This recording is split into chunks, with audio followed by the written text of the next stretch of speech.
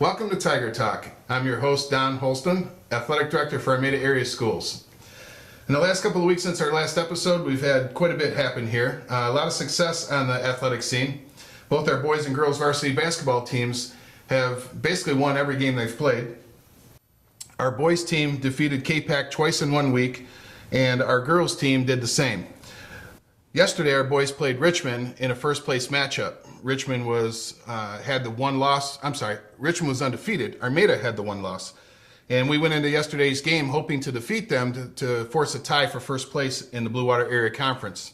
Yesterday's game went very well. Armada Tigers won 55-44 over the Richmond Blue Devils. In that game, Cam Hart scored 26 points and had probably one of the best games I've seen him play since he's been a basketball player here in Armada. So now that leaves our boys and girls teams with records that are pretty impressive. Our girls are now 10-0 in the BWAC, with going undefeated in the league so far, and they are 15-1 overall. With that one loss, I believe, was to Marlette.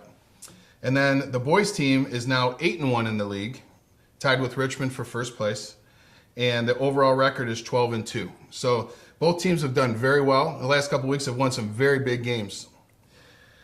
Also, cheer districts, we're going to be hosting those here in Armada. Our cheer team is going to get to compete on their own floor in the district championships. So that will be tomorrow, 2/16, Friday. So if you get a chance, look that up. Also, we have two wrestlers that will be going to regionals and competing in the individual regionals. Both Brendan McClellan at the 103 weight and Nathan Nowick at the 189 weight will both be competing at the regionals for Armada. We wish them the best of luck. So as winter sports are starting to wrap up and the warmer weather that we're actually having today, it's time to think spring. And when we come back, we're going to meet with Joel Hoover, our varsity baseball coach here in Armada, and we're going to talk a little baseball for the spring. A 16-year-old Florida boy was a loner at school. Not fitting in with his classmates left him feeling like an outcast. They didn't really understand the power of inclusion, diversity, and kindness. You know what? Maybe you should invite him to Liz's party, right? Yeah, I'm having people over tonight. You're more than welcome to come. Having a party? Hi, I'm Tom Holland from the cast of Spider-Man Homecoming. We're here to talk to you about an important issue.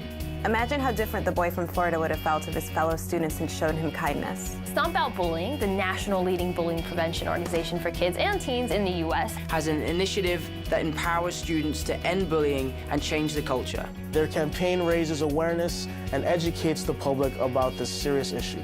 Inclusion and kindness opens doors and possibilities for everyone. Stomp out bullying. It's all up to us to change the culture.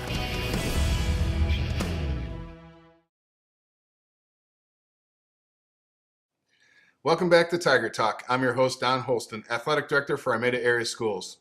Today we have a special guest. We're bringing in varsity baseball coach Joel Hoover. Joel has been our coach for 5 years now. This will be his 5th season. And he's had quite a bit of success as our coach here. So Joel, the program has done very well under you as our head coach. Why don't you explain to me what has been the secret to your success as you've gone over the last 5 years? Well, I think the secret to our success is always the kids. I think the dedication that we have as a program to not just the craft, but to the facilities and the things that we're working on really stems from the kids wanting to be part of the program and really wanted to work really hard towards a common goal. And that's really difficult, especially nowadays, to get young teenage boys to work together for a common goal to be successful together. And I think over the last 5 years, we've done that very, very well. And really, it's a credit to what they do. Oh, good. Well, I know we have great kids here. We've talked about it. Even when I had John Bearwolf on, we talked about how the kids are dedicated and they work hard. So the coaching staff's going to look a little different this year. Larry Ball, who was our JV coach last year, had to step down for reasons where he couldn't, time constraints really with work. According to him, he loved it, and I'm sure he did. He's always communicated that. So we're going to see Dorian Carrizales is going to be our JV coach this year. Tell me a little bit about what the JV team's going to look like under his direction. Well, I think again, bringing in somebody like Dorian, who is very familiar with the community, very involved in the community. Obviously, the kids have come through here. Still has kids coming through, which is great. And I think what he's going to be adding to it is his overall demeanor, discipline, and points of contact of saying, hey, these are the things that we're going to focus on. I can tell you that he's definitely he's definitely more of a sponge at this point, kind of soaking up as much as he can of our program, our philosophies, and where we want to go. And definitely helping the communication with him having, young kids.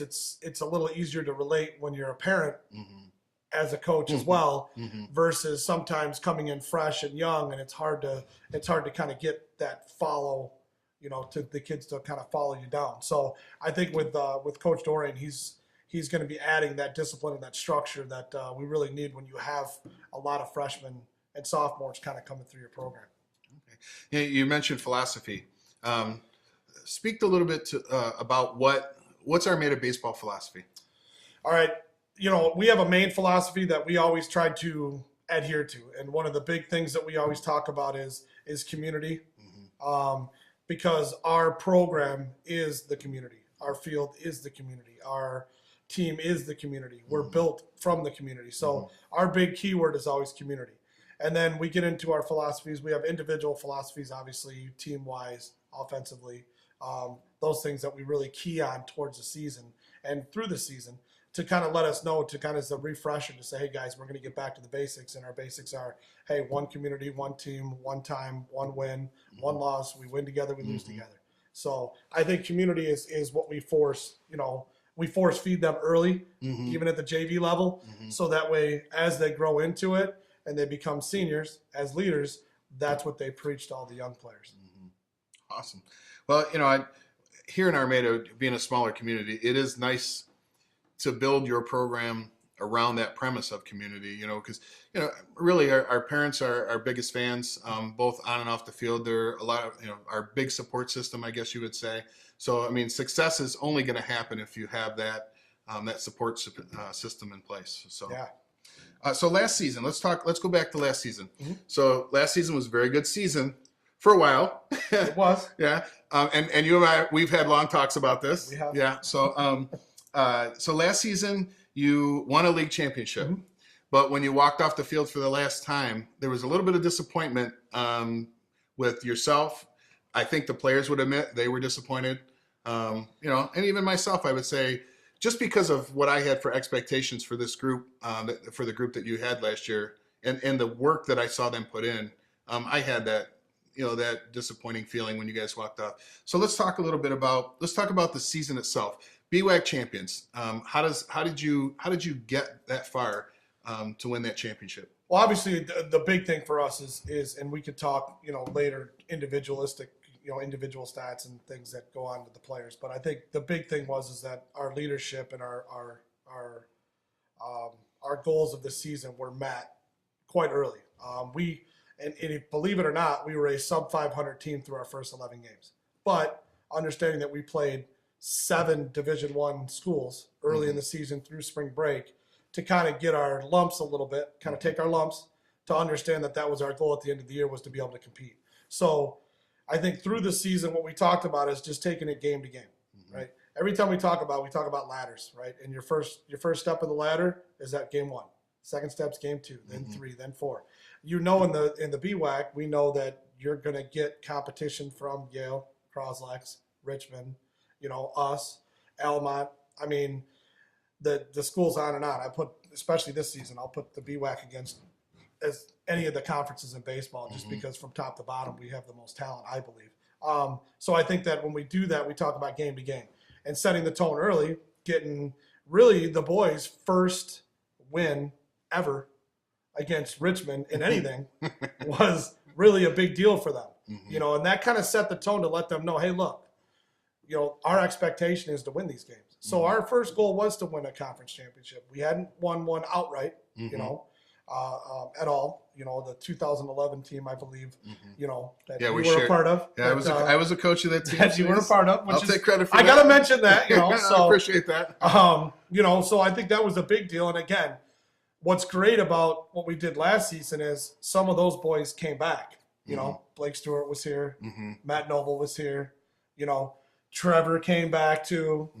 Cody Jackson came back. Jay came back. So again, our community stuff is about past players coming back as well to contribute to being in the dugout, being around the kids, being on the field. And those are the things that kind of help us. So I think last year was just that learning phase to say, hey, we can learn how to win every game, know that we're going to compete every game, and that if you're going to beat us, it's going to be very difficult to do that on a day-to-day basis. Yeah. And I think that was our big thing. So when we rattled through, basically winning 16 in a row at a point, the middle point towards the end of the season, that's really where you want to hit that stride. Yeah, absolutely. And that really contributed to our conference win, which we were really excited about. Obviously, we wanted to go further in the state tournament. You know, that was our goal. But at the same time, our first step is getting that conference championship. Now, I'm at a lot of the games, and and I'll sneak in the dugout and I'll hang out in the dugout with you guys. Okay, and you know where I'm probably going with this, right? So this is probably one of the most entertaining teams. Yes. One of the most loose teams that I've seen in the dugout, where they win, but they have an unbelievably fun time doing it. They do. And I don't know what kind of word you put on it, if they're clowns or if they're jokesters or what, and maybe you have a better word for it than I do, but it's nice to see. It really is nice to see that you can tell there's a camaraderie there where kids are, they've got each other's backs. And maybe you can speak to, maybe that was part of your success, that looseness in the dugout, that, the kids joking with each other and even sometimes with the other team. So, yes. Well, it was, and again, I'm a pretty rigid guy, especially baseball. Baseball's, I take it very seriously. Right. It's a bigger part of my life than some of my family parts of my life. It's just because I think it's brought so much to myself, to my family, to my wife, to my kids. The game itself has done that. And I've been able to reach out and meet so many great people and see so many great kids move through the program. So, so at the beginning of last year, I really tried to stifle a lot of that. Because I just wasn't into it. It just wasn't my thing. I really felt like, hey, if we're going to do this, we need to do this professionally. We need to, to me, it was very difficult. And I'll admit, because I'm the same way. And I had to adjust to it as well, even as just an outsider spectator and a former coach. Because, I was kind of like you were. It's just, hey, let's pay attention. Let's focus. This is our job. Yes. Yeah. So, put your boots on and go to work. There you go. So, but what I realized after the spring break tournament, after we took a lumps, Rochester beat us up pretty good. We came back. I kind of let them relax a little bit. Then we came back and we beat Seaholm. It was a beautiful sunny day. It was like 70 degrees out. And which is a Division I school. Correct. Big school. Yep, big school. So, and good coach, good program. I played them when I was in high school. They're always good. We came and we beat them pretty handily. And I let the dugout just kind of have fun. It was our last game. We weren't playing for anything other than just competing. And I just let them have a little fun. Made sure they didn't get too carried away, And what I saw was that joking and the clowns and the camaraderie, what it did is it increased their ability to relate to each other, and then take the stress off. Not to be worried about going 0 for 1 in their first at bat or looking silly on a curveball, right? 0-2. You know what I mean? Yeah. It allowed them to come back and then, hey, nice swing, something like that. It just kind of breaks that ice a little bit and breaks that stress. So I think for us, once I saw that, then it became that carry on where every game, it just seemed like they never stopped talking, which I love chattery dugout. I just think that sometimes was tough for me to take sometimes, but I caught myself laughing a whole bunch of times. Oh, yeah. I could not tell you how many coaches after we played them, especially the non-league coaches, that would come over and say it was the funniest dugout ever. St. Clair Denny White came over. Their center fielder fell on he hit a ground ball to short, and he fell about 3 steps down the foul line, and he fell down. And all of a sudden, all the kids from the dugout yelled, "Sniper!" because he went down. And the kid starts laughing, and it just what it became was it was about the game. And really, it was the pure fun of kids playing the game the right way. One, because they played very hard, they never gave up. They were intent on trying to win the game. And 2, they had fun with each other and made it so you wanted to be there. Wanted to be they wanted to be in the dugout. When I would leave for practice, at 7:30, 8 o'clock, we practice at 5. I have a 2.5 hour practice. They've got their cars parked where the headlights are in the cage because there's 6, 7 of them that want to hit more just to be around. That's the kind of team it was. Right. Dedication definitely was not an issue for your team. No, not at all. Let's talk about that little black cloud that we had last year. We'll call it districts. Okay. So we go into districts. We're on a roll. Yep. We're playing probably the best baseball that we've played all season. Yep. And of course, your expectations, mine. I mean, everyone's are there. The players for sure. Yep. I'm sure the parents were with us. With the expectations that we were looking for. We didn't do as well as we wanted to. What happened at the district? Well, we got through our pre-district. We weren't hitting the ball real well in our pre-district game against Notre Dame Prep. We left a lot of runners on, which plagued us all year, really. And honestly, you could see the tail of we scored a lot of runs. We left a lot of runners on. We'd score 15 runs and leave 20 guys on base. Yeah. I mean, so that was our plague all year. And what happens is in the state tournament, we know your bads show up very bad at the wrong time. Right. So I think for us, we got through Notre Dame Prep. We came back, worked really hard to get back in the game. We beat them. Pretty sound team, very good team. Oh yeah. And then obviously we get in, and we face our nemesis, that we did a pretty good job of handling them during the regular season. And again, we left, I remember the game like it was yesterday. We left 13 runners on base.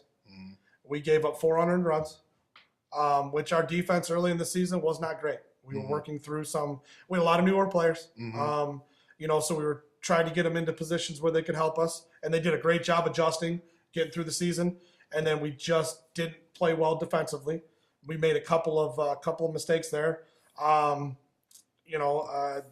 Cinda, the Richmond center fielder, got a great 2-out, 3-2, hit.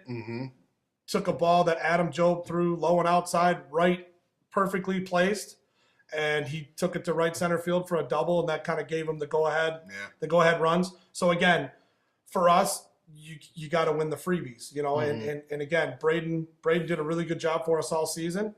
Right around the third inning, he started getting a little off kilter. He wasn't as sharp as he normally is, which again, that happens. Right, you're talking Braden Korchmar, yep, right? And he was pitching at the time. Yeah, he was pitching at the time, and I think it kind of wound up.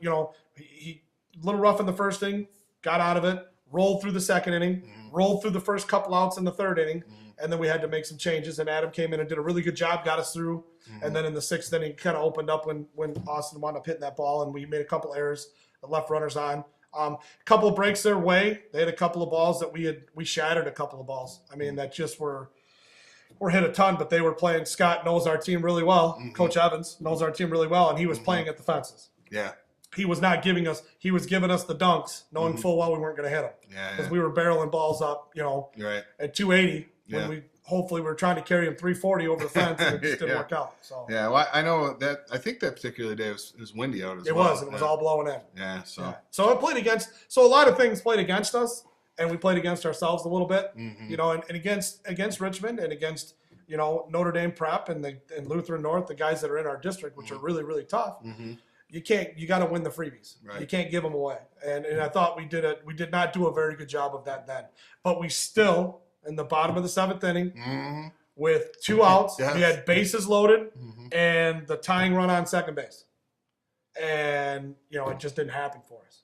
But we still gave ourselves an opportunity to fight back, to stay in it, and really get it. And to be honest with you, why I was more disappointed in it was because I really felt like we were still going to win that game. I really, at that point in time, I wasn't nervous. The dugout was loose. Right. The boys felt good. Mitch was up. Yeah. Mitch Rosinski. He was up, and he'd already won 2 games for us at the last at-bat during the regular season. He was cool as a cucumber, and it didn't work out, and that's baseball. Yeah, sure.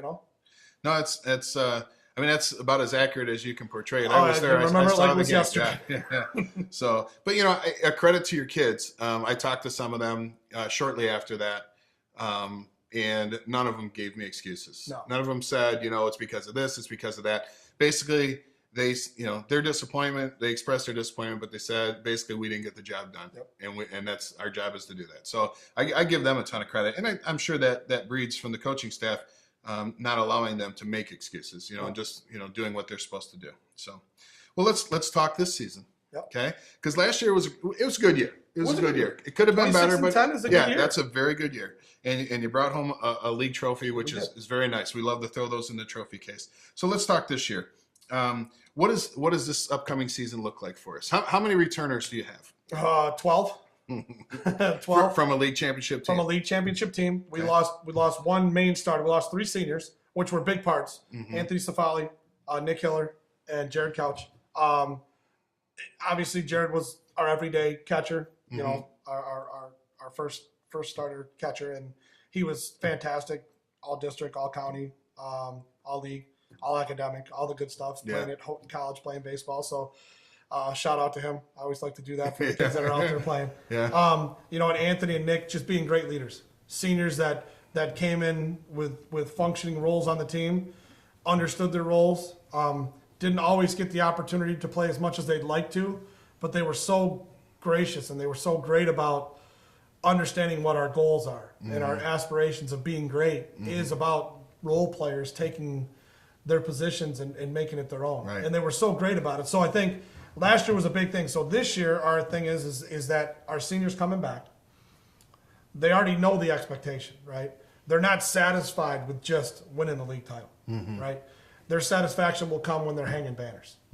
We talked about it from the time that game was over, when we were all in the huddle at the end of the dugout, and obviously Coach Hoover was kind of walking around because I was sulking like I do sometimes when I lose, because I'm a terrible loser sometimes.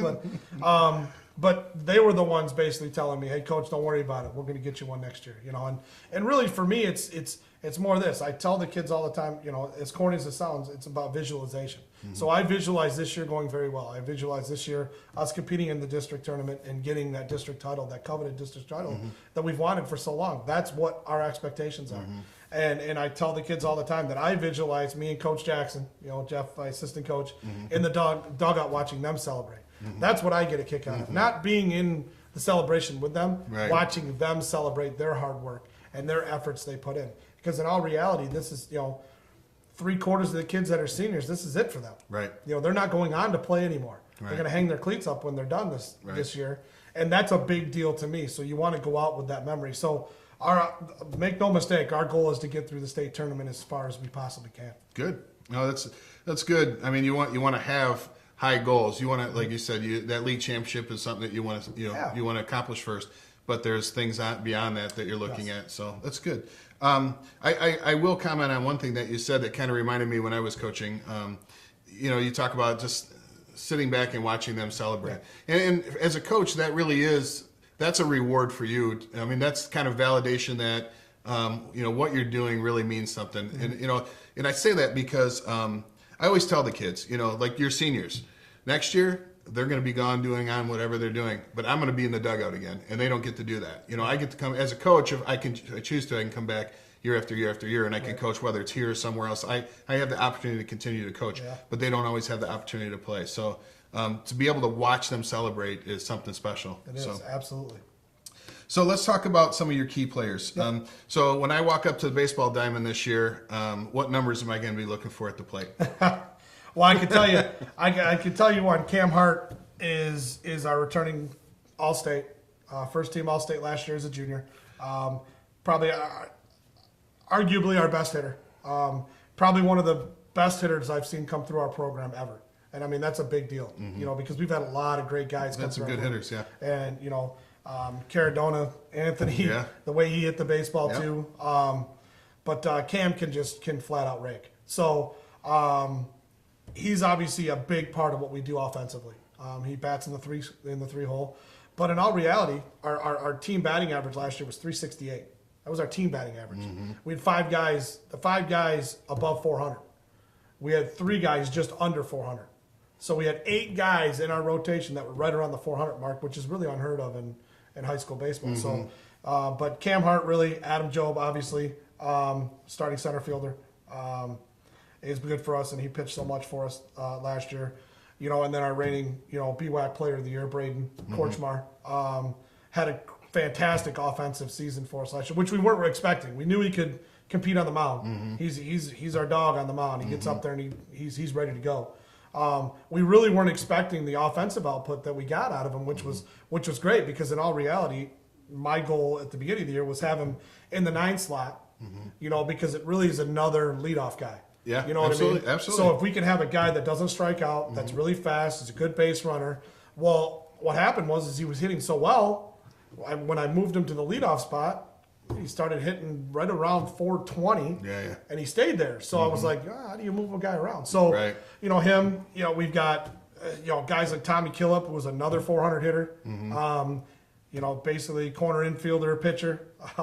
I could rattle them all off. Yeah. And Logan Newlands is another one. If you had the success that you've had, Yeah. and you have 12 returning players, I'm just going to throw it on the table right now.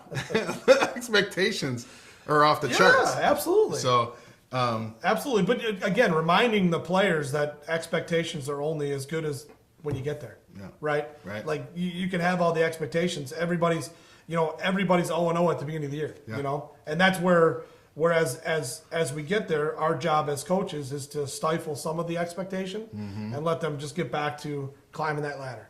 That was what I was going to ask you. I mean, to interrupt, but it made me think when you talk about that. Do you think a challenge you might have this year is keeping them hungry and letting them know that everybody's going to be coming after them, that they'll have a target on their back this year? Well, I definitely, I don't know, it's going to be a challenge, yeah. But in all reality, I think that the kids really are hungry. You saw it with the basketball game the other day. Some of those kids, Adam, Mitch, Cam, our main guys, are our main athletes here at the high school.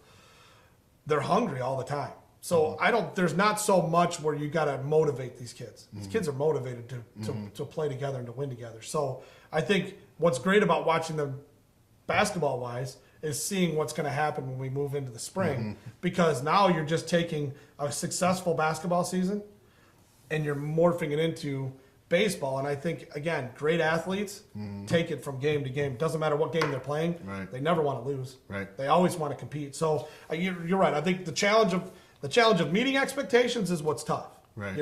Because everybody's got those expectations. Do I expect us getting a lot of attention early on in the season? Yeah. But you see what our schedule looks like. If I was a betting man, I'd be hard pressed to repeat a 26-10 season with the schedule that we set up. But our goal is, we want our league title. Our goal is to play the toughest competition we can to prep us for districts and regionals, and our goal is to get to the state finals. Right. That is our goal. We want to get to East Lansing. I want those kids to be able to stand on that field, to look around at the players that they're playing with, and notice, hey guys, this is the last game we're ever going to play together, right?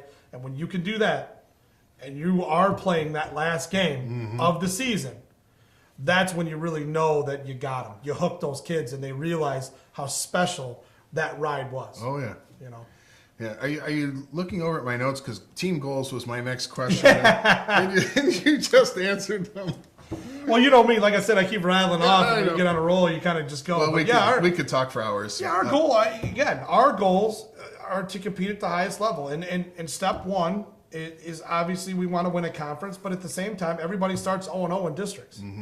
We want to win a district title. There is no mistake about our goal this year. Right. Is step one, district title. Right. Bring the crown home. Then that way we can move on from there. Because we know that Division II is a gauntlet of great teams. I mean, It is. There's so many Division II teams that compete with the D1 teams at the D1 level, the big schools. We're one of them. We're one of the kids. We don't shy away from it. Richmond doesn't shy away from it. We will play these tough schools in to let our kids know that just because you're from a smaller school, a Division II school, and even a smaller Division II school, doesn't mean we can't compete and play at a high level. Right. And, that's what we're about. So our goal, make no mistake, our goal is to win a district title this year. That's step one. Well, let's hope you get there. That's right. Well, we'll all be cheering for you. You know how the administration and the staff and everybody here, we're always pulling for the kids, and you guys as coaches too. Yeah. So, well, thank you very much for joining us sir. today. It's a Thank great you. conversation. I love you. talking baseball. So do I. Yeah, and it makes me think that we're going to have some warm weather soon here. Well, I tell you what, 48 degrees today, Yeah. a little rainy. Yeah. It's nicer than it is in April when we're playing. Oh, I know. So, Yeah, for sure. So Thank you. You're welcome. So before we go, we want to mention a couple of things. First, we want to mention that we're having a football mattress fundraiser. Our football team is doing this on March 4th from 10 a.m. to 5 p.m. in our Armada High School auxiliary gym. So if you have time and you're in the market for a mattress, please stop by and take a look and help support the football team. Remember, you can always follow us at Armada Athletic on Twitter, not athletics with don't use an S because you'll be following a Spanish soccer team. And you can always follow us online at armadaathletics.org. So we thank you for being here, and as always, in the wise words of Mr. Mussery, Tiger up.